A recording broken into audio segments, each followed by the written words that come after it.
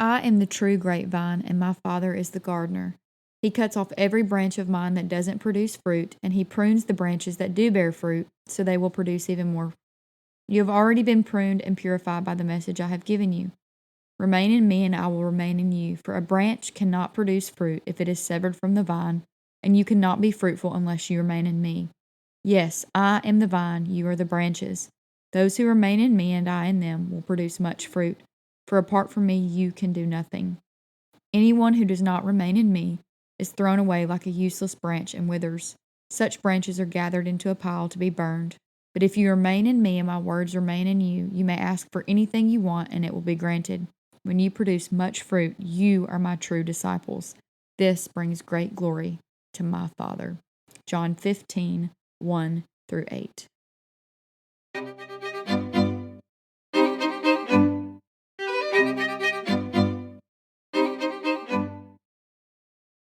Hello, everyone. Welcome back to the Goodlivin podcast. I hope you all had a wonderful Christmas. It's been actually about 2 weeks since I filmed another episode because of the holidays, the busyness, and I decided I would just wait until that all kind of slowed down before recording another episode. I was also in a little Nutcracker performance with my sister, so I was traveling back and forth between Alabama, and there was just a lot going on. On top of that, I didn't even know what to record about. I try to plan. I have all kinds of topics and ideas written down in my journal, and sometimes it's really hard to narrow it down each week as far as like what I want to talk about. And I'm always praying and like, Lord, what is the episode about this week? What do I need to talk about? And I just didn't feel like I knew still. And as I was praying yesterday, I was in my room and I just kind of shot my head up and I was like, oh, that's it, Lord. And so without further ado, today we are going to be talking about 10 healthy habits to bring into the new year.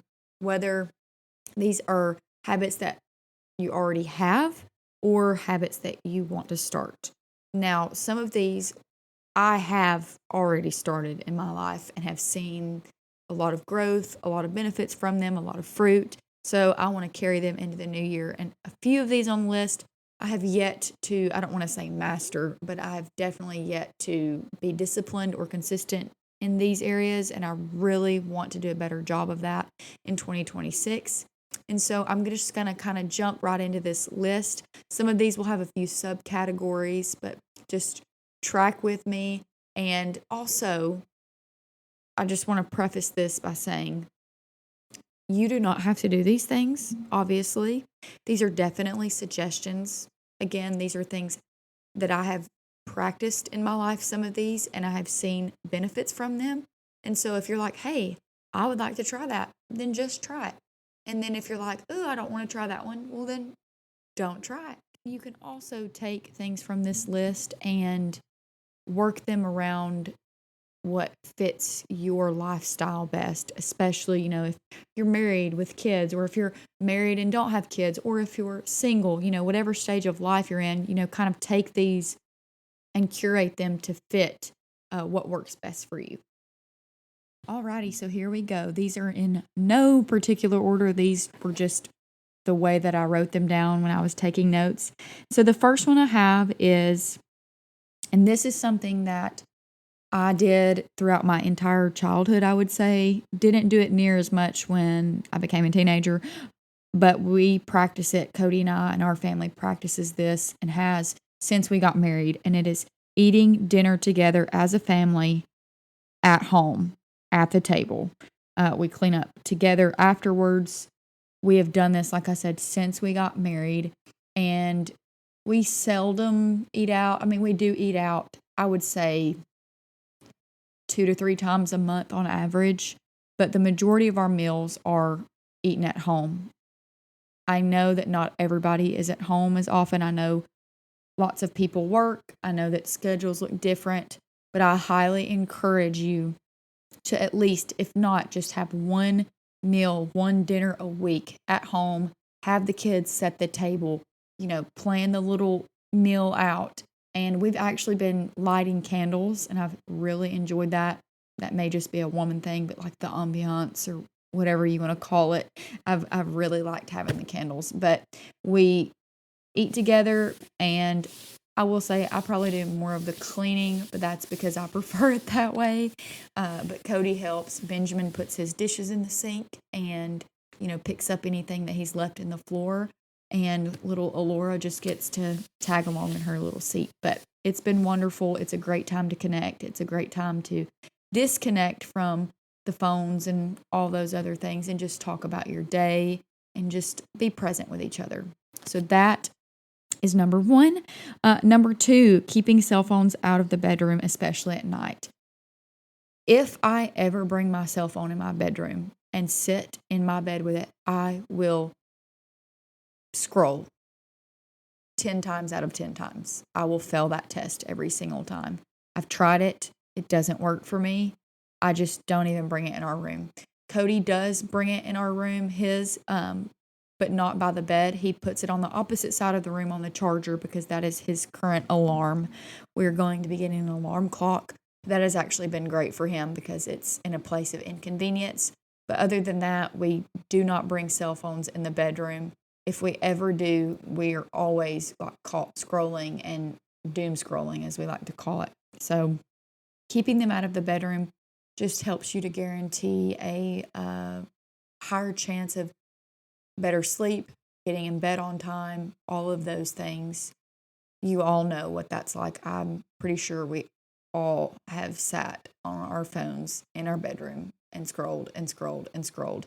And the screens are not good for our brain. It's not good for our sleep, our circadian rhythm. So there's just tons of benefits and tons of reasons why it's good to not bring your phone in your bedroom.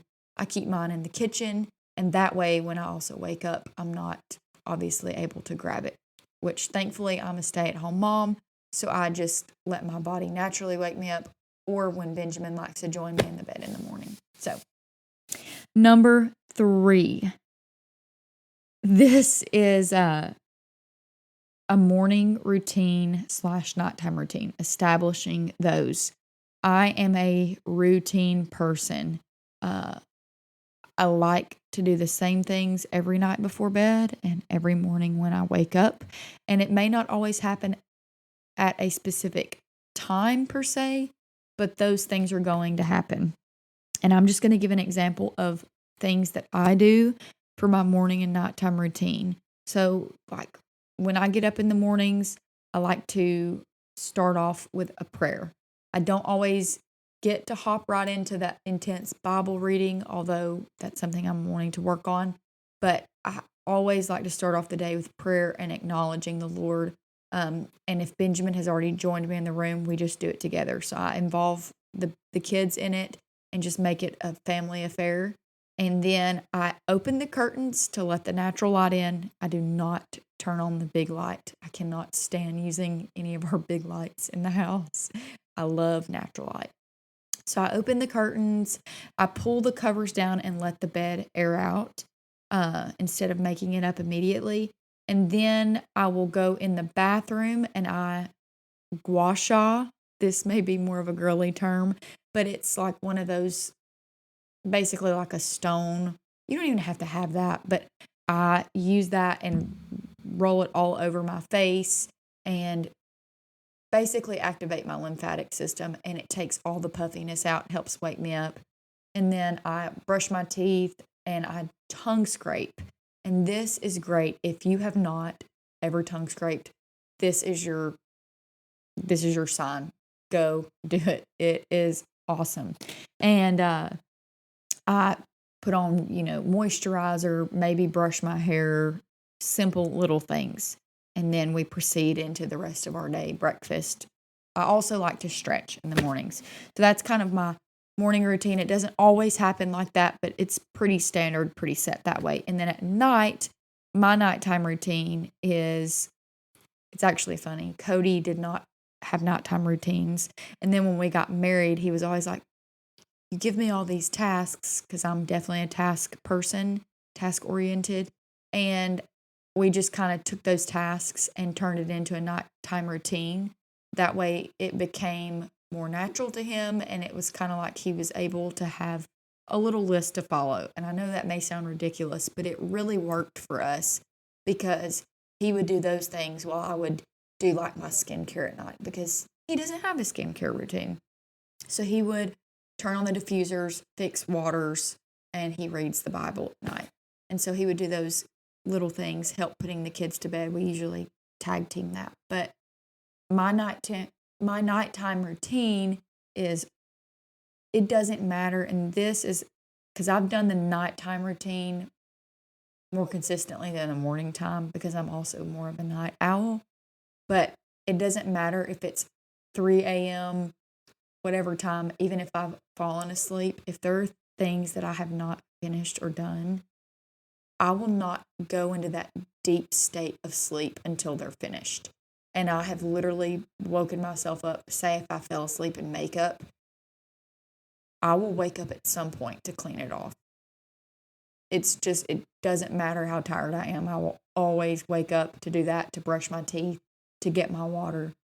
So at night, I braid my hair before I go to bed, or I wrap it in a bun, and then I will do my skincare, which is pretty much just, I just put lotion on my face, tallow, and I brush my teeth, I tongue scrape, and then I take my omegas, I get in the bed, and I try to read or journal and pray. I always pray before I close my eyes.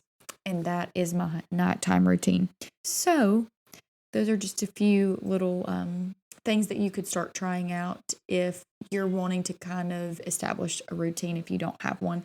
Or if you already have one, maybe adding to it or trying to stick with it more consistently. And on to number 4.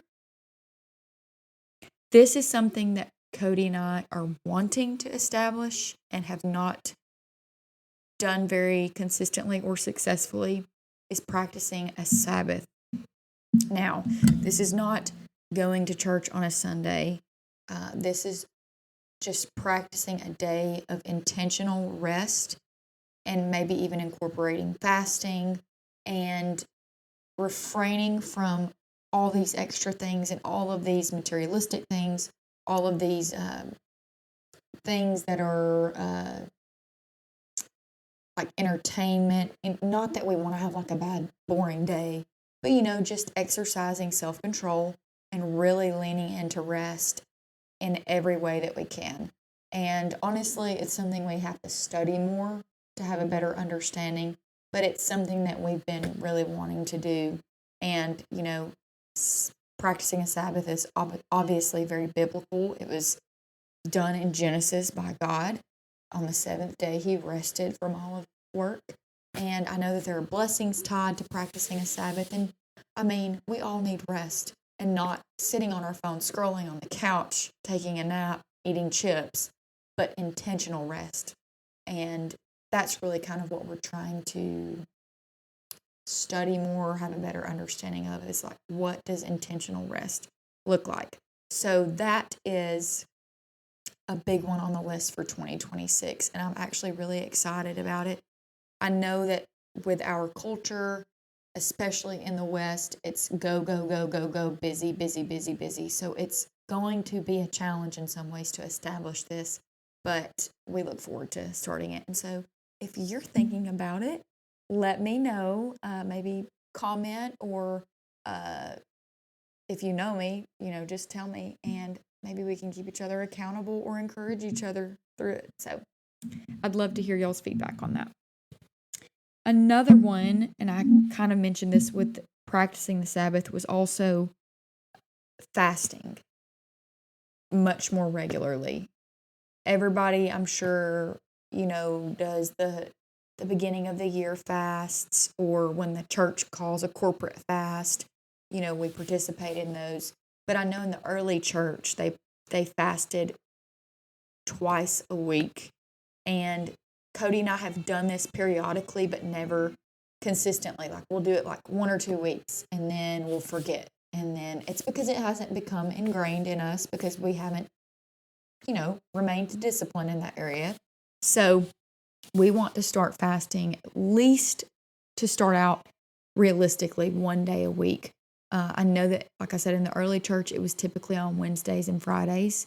And I think they did like a full fast, but you can always start off with, a partial fast or a skip, a meal or two and only eat dinner or whatever, whatever works, but just starting somewhere. And so that's what we are wanting to establish. Now, for I don't know if I'm on number 6 or number 7, but this one is just key. And, at the beginning of the podcast, I read from John chapter 15, and this would have really been just a great starting point.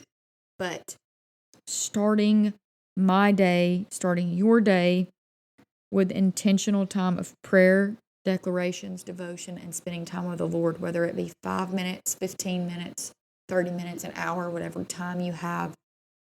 And if it means, for me, that means I need to make more of an effort to get up before my children do. But to get up and to set aside that time of just being present with the Lord, so that way you're able to start off your day with your helper, with the Holy Spirit, and just acknowledging his presence, inviting him in to walk the day with you, to walk out the day with you. And like I said, I always start with a prayer, but I'm working on trying to get my reading in before the kids get up. Most of the time I read my Bible around lunchtime or whenever the kids go down for a nap, just because I'm free from distraction. But there's something about getting up in the morning and seeing the sunrise and just the quiet and the stillness. There is something about it. And a hot cup of coffee, for me, it's decaf. I cannot do caffeine very much, or hot tea, or, there's just something about being up early and reading your Bible, and you just can sense the nearness of the Lord. And so that is something that I'm wanting to work on. Cody gets to do that because he goes to work and he has to be up early. So he's already taking that time, thankfully, to spend with the Lord.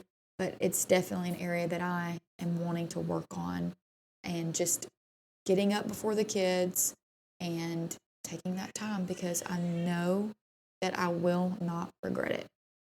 Again, I mentioned this one sort of earlier, but reading scripture before bed.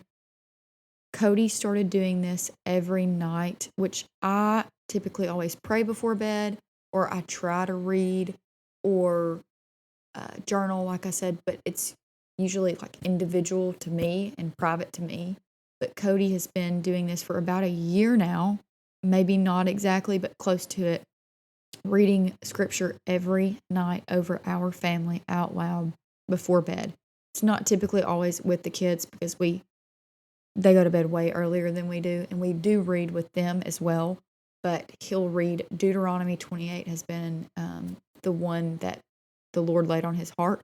So he reads that every night over us. And I'm just going to give you guys a few suggestions of scriptures that we love, that are some of the favorites in the Stover household. And that's Deuteronomy 28, Psalms 112, Ephesians 6, Psalms 91, and Psalms 27. And, just making those declarations, especially if you're the man, the spiritual covering over the household, the head of the house. I mean, I'm not trying to sound biased or whatever you want to call it, but there is something about your husband and your godly covering, declaring things over your family. Not that it doesn't matter if the woman does it, but I'm just saying it's nice to have the leader taking that position and making those declarations. And I think it's very important, and it has definitely been a blessing. Like, we have seen blessings from him declaring that scripture, because it's been, him being faithful and obedient on his end, and God is always, he always responds to our obedience. So, if that's not something you're doing, I highly, highly, highly recommend doing it. And if you're in a situation where your husband doesn't want to do it, or you don't have a spouse yet, then read it. Read it and read it out loud. Faith comes by hearing, and hearing by the word of God. Try it. The Lord says, test me. Try it and see. So try it and see. I'm sure you will want to continue it. Number 7. This is something we try to do as much as we can. And I also know, depending on where you live, this is not as feasible.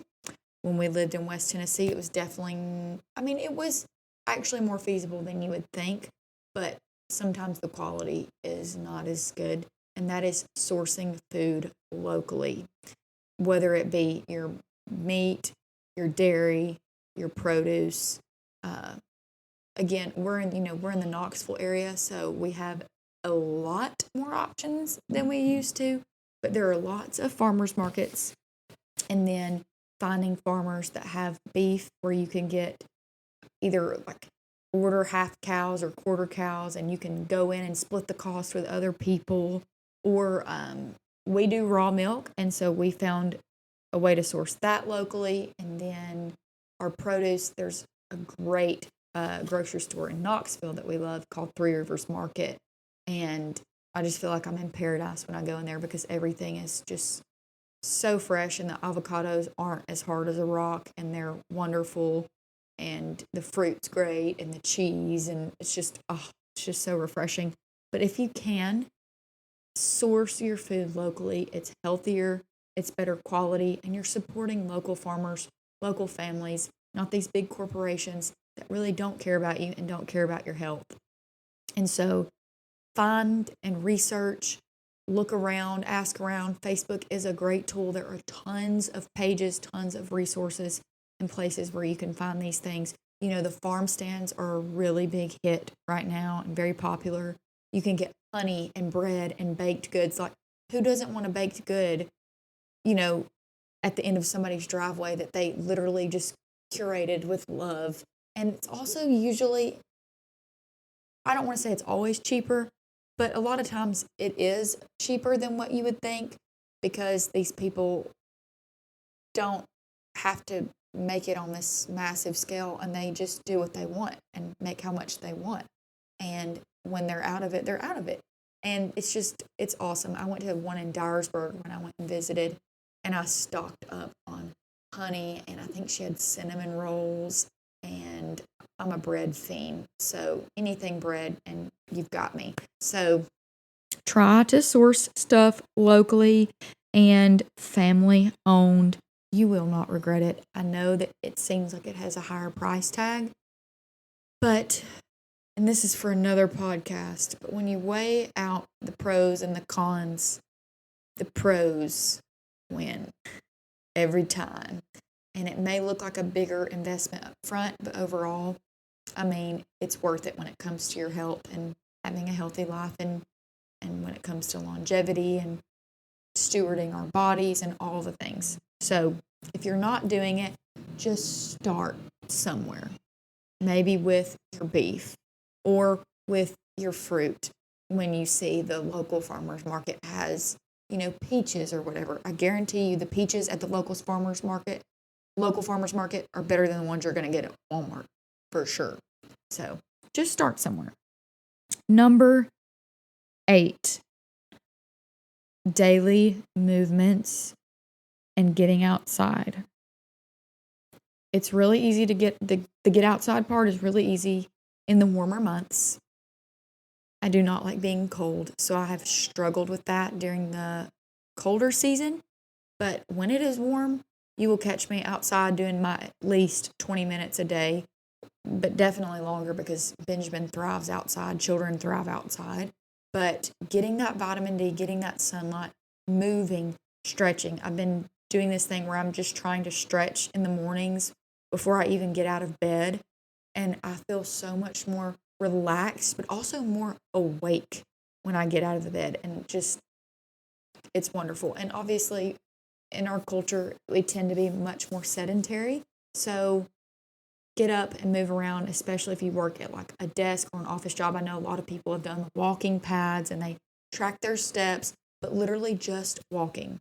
Cody and I are going to try, and this is something I've wanted to do for a long time. This also can have a lot to do with your location, with safety, with accessibility, but getting out and walking in the evenings or in the mornings together at least 3 days a week. And Knoxville, I mean, Gatlinburg, Sevierville, all those places have absolutely beautiful places to walk. We just have to do it. That's literally all it comes down to. There are lots of places to walk.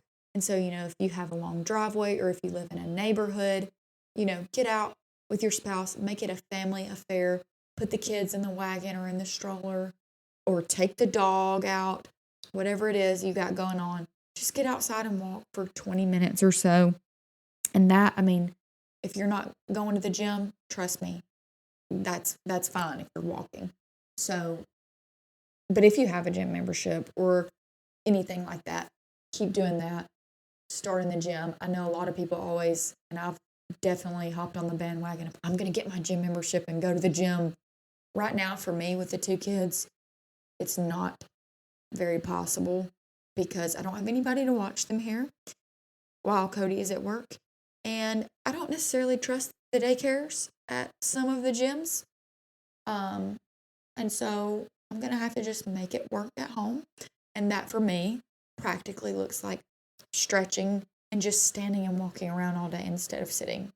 And it is a temptation to sit, but just moving, just stay moving. Before vehicles and before this culture, I mean, people were always moving. And I know in a lot of like European countries, it's so much more common for them to bike and to walk everywhere. And I would just love that if we could do that. But, can't do that here. You'll get hit by a car. So, walk around your house, get a walking pad, whatever it is, whatever you need to motivate yourself. If you need to get I know a lot of people do the aura rings, but walk and pray and listen to worship music, whatever that is. But I recommend trying it. And then I think I'm on number 9. This is something, again, that Cody and I started maybe 2 years ago, and I love it. And ding, ding, ding, it's pickleball. And the suggestion here is to just establish a hobby, whether it be an individual hobby or a family hobby. The great thing about pickleball is that it's very family friendly and it's very beginner friendly. It's honestly friendly to all ages. And we have absolutely loved it. And the great thing is a lot of places are outdoors at parks. So it's already curated in a lot of ways to be suited for kids. So Cody and I kind of swap out turns when we find other people to play with. And we bring the wagon, we bring toys, we bring snacks. And then Benjamin he calls it tickleball. He loves tickleball. So we have him a little paddle. And it's just great. And like I said, a lot of times it's outdoors. So you're not worried about the kids getting in people's way. And so if you don't have a hobby, and it obviously does not have to be pickleball, that's just been something for us that we have absolutely loved.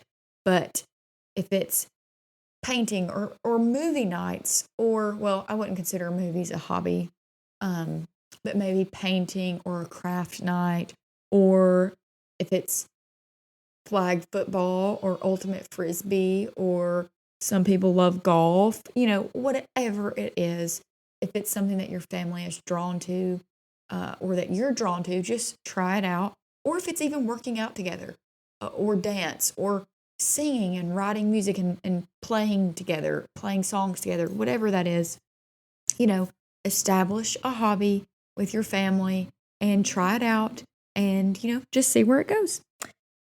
And last but not least, number 10, establish a budget and be more intentional with how you spend your money, where it goes, and with your giving.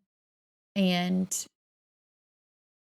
Cody and I got a budgeting app last year from Dave Ramsey's network. It was the Every Dollar. And we did it consistently for about 3 or 4 months and then just kind of fell off the wagon with it. And it wasn't that we weren't budgeting, we just weren't monitoring it as closely. And it's honestly kind of not gut wrenching, but kind of when you look at all the little purchases along the way. And I just think that, it's important to have an understanding of your finances. It's important to know what's in your bank account, what's coming out, what you're spending it on, why you're spending it, how much you're spending. All of those things matter. We are called to be good stewards over our finances. And, when you know what you got in there, you know what you can give. And we're really wanting to be even better with our budgeting. We've been very consistent, obviously, with tithing and giving, but we still have a lot of work that needs to be done in terms of just the extra little spending along the way. Not that that's bad, but we've learned that we need to allot an amount for a specific thing and stick to it. It's very easy when you're visiting family or going to do something it's always easy to make an excuse as to why you can spend this money in a certain situation. There will always be a reason that you can spend that money and try to do it guilt-free. And it's not to say that we shouldn't enjoy things and shouldn't do fun things and get that coffee or whatever. We have a great bakery. Well, tons of great bakeries here now.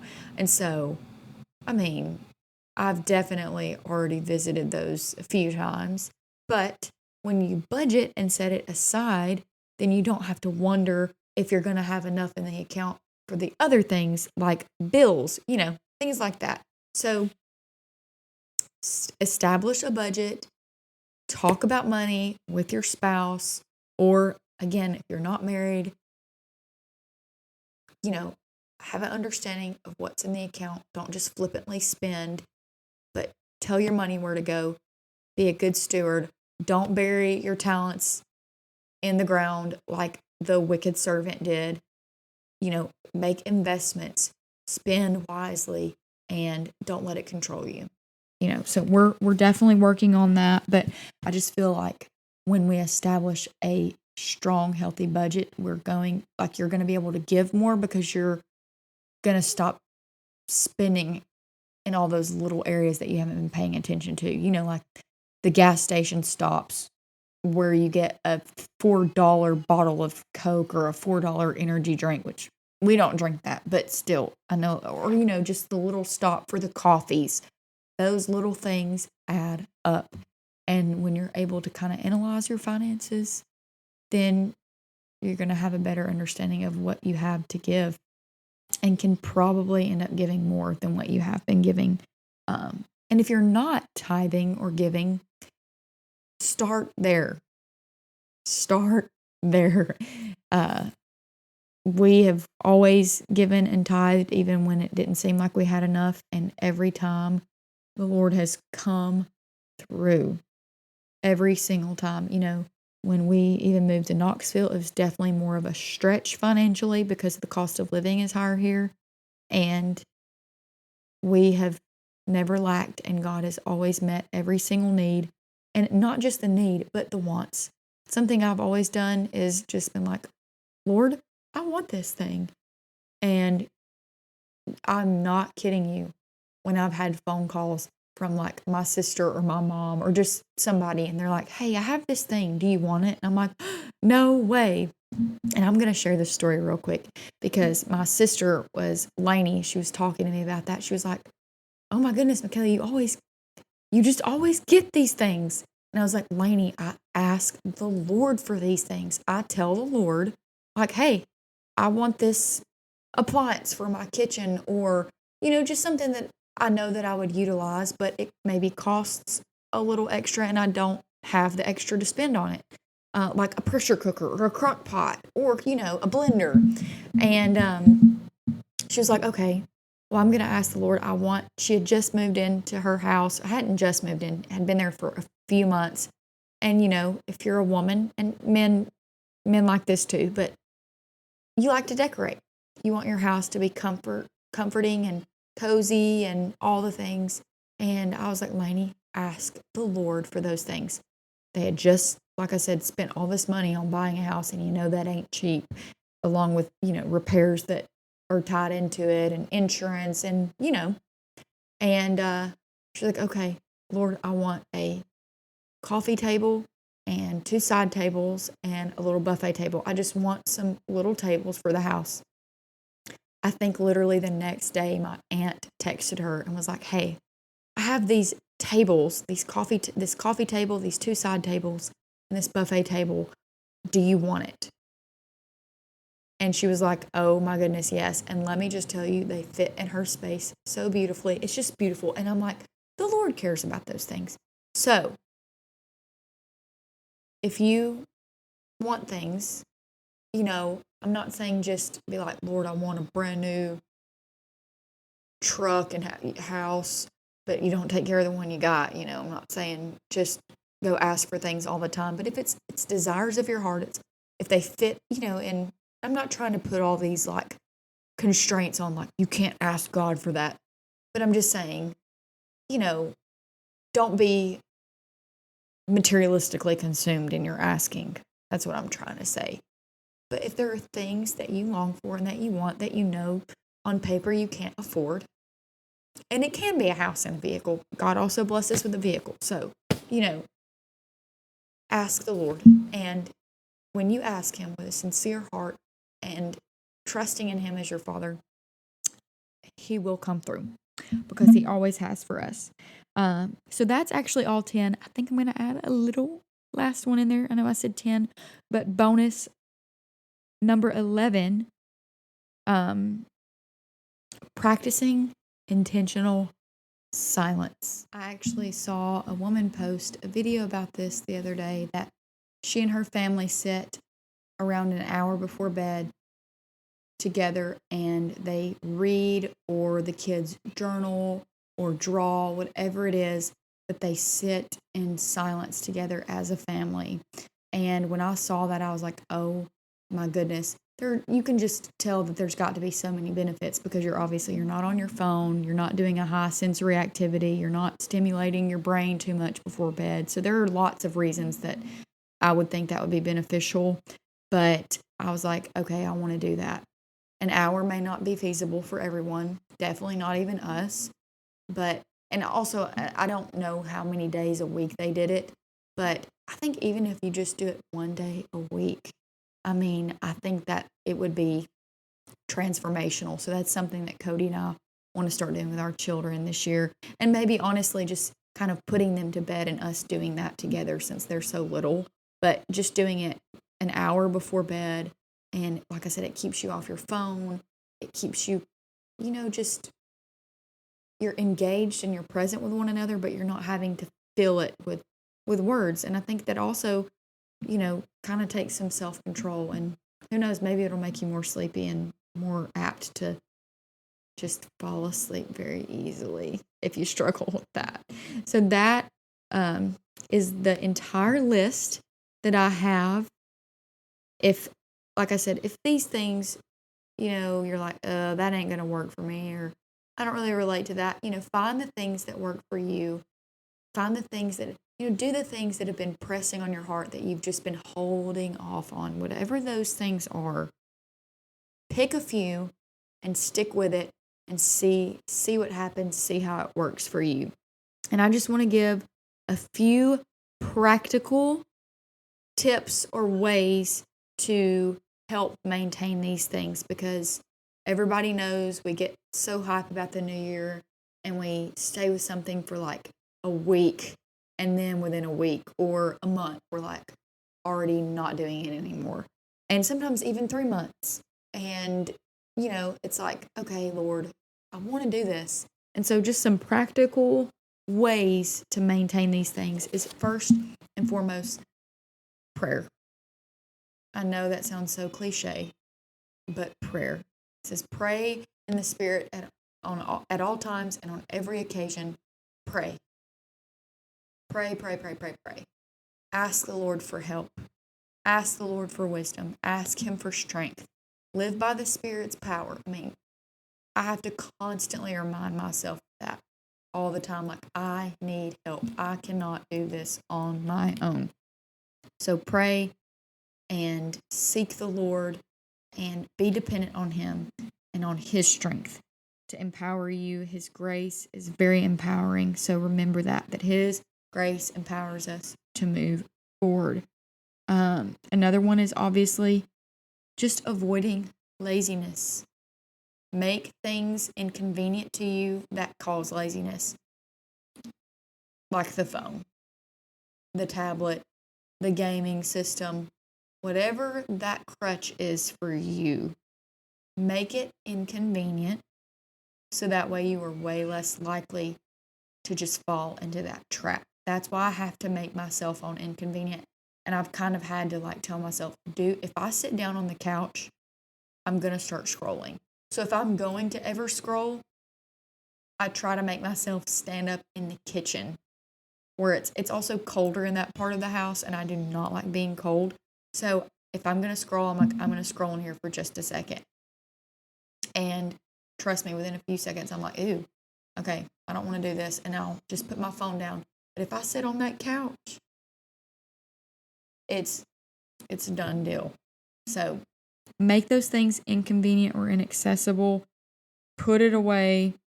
Another thing is get on the same page as your spouse. Get on the same page. Discuss these things. Talk about it. Dream about it. Write these things down. Write your goals down. Make simple goals. Okay? You don't just get to lose 100 pounds in a month. That's, or gain all the muscle that you want in a few weeks of working out. If you go to the gym one time, doesn't mean you're ripped. Okay? So, simple, achievable goals. If you're wanting to eat better and you eat fast food every day, or if you eat out for most meals, shoot for a meal or two a week at home. Okay? Swap out your drinks a few times. Start with maybe just saying, okay, I'm not going to drink as many sodas, and I'm going to swap it for some water, or I'm going to at least make sure that if I drink, 2 or 3 Cokes a day, which I do not recommend doing that. But if you are doing that, say, okay, I'm going to drink a water for every Coke that I drink. Just something that is realistic. Sometimes you can quit things cold turkey. I do believe that the Lord gives us the ability to do that, especially when He's freeing us from addiction. And you can be addicted to food, so don't knock that one. But He can give us the ability to quit those things.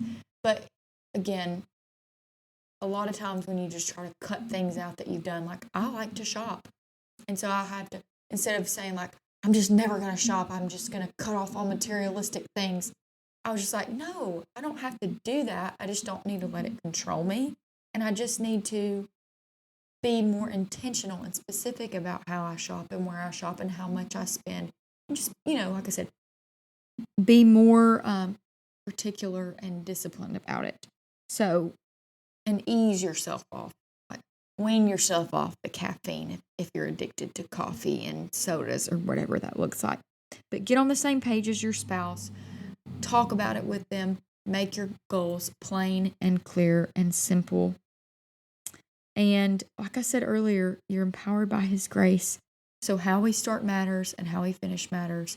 So if you start tomorrow and you mess up the next day, or if you have a really good week of consistency and then you fail, just keep going. I was like, His grace doesn't just mean that what I failed at is just fixed. It's like, no, you failed, and His grace empowers you to move forward from that failure. So just get back up and do it again. Like when people fast and they break their fast in a moment of weakness and they're like, well, I'm just going to quit fasting. Like, no, keep your fast, get back up, dust yourself off, and stick back to it. So just remember that. His grace empowers us. And that is key to all of these things, is that we need His help. We cannot do this without Him. So those are just some practical tips and ways to help you maintain this. And like I said, have a community, have accountability. If there's somebody that is like-minded in your area, in your community, that's your friend or whatever, or of course your spouse, discuss these things and check in with each other and help keep each other accountable and talk about it. Get excited about it. See the growth. It's always nice to see progress, but remember, everything is a process. You don't see a tree as a seed. Okay? When you see the tree, you see the tree. You don't think about what it looked like way before it became the tree, or the beautiful flower that blooms. Starts out as a seed. It has to establish roots. It has to be fed and watered. And by fed, I mean like fed by the sunlight. It's a seed. But, watered and tended to. And then it grows into something beautiful. And then it has to be pruned. Pruned. So everything is a process. Things take time. But when you're able to look back over the process, you see so much growth. And so I just want to encourage everyone that 2026 is going to be a great year of stewardship and growth.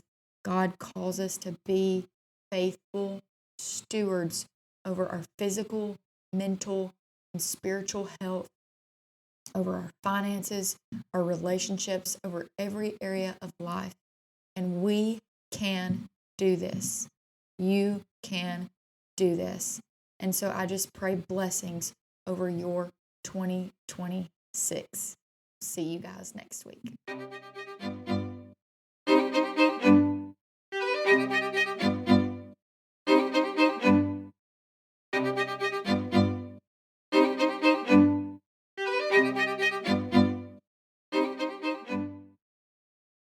What does a good life really look like? Well, our goal is to be able to connect with the average everyday person by sharing true real life experiences and to discuss that living well looks a lot more simple than our culture realizes or understands. We have a pretty awesome guidebook. Let's get back to the basics and tune in next week for a great time of learning, sharing, questioning, and making way for good living. See you guys next week.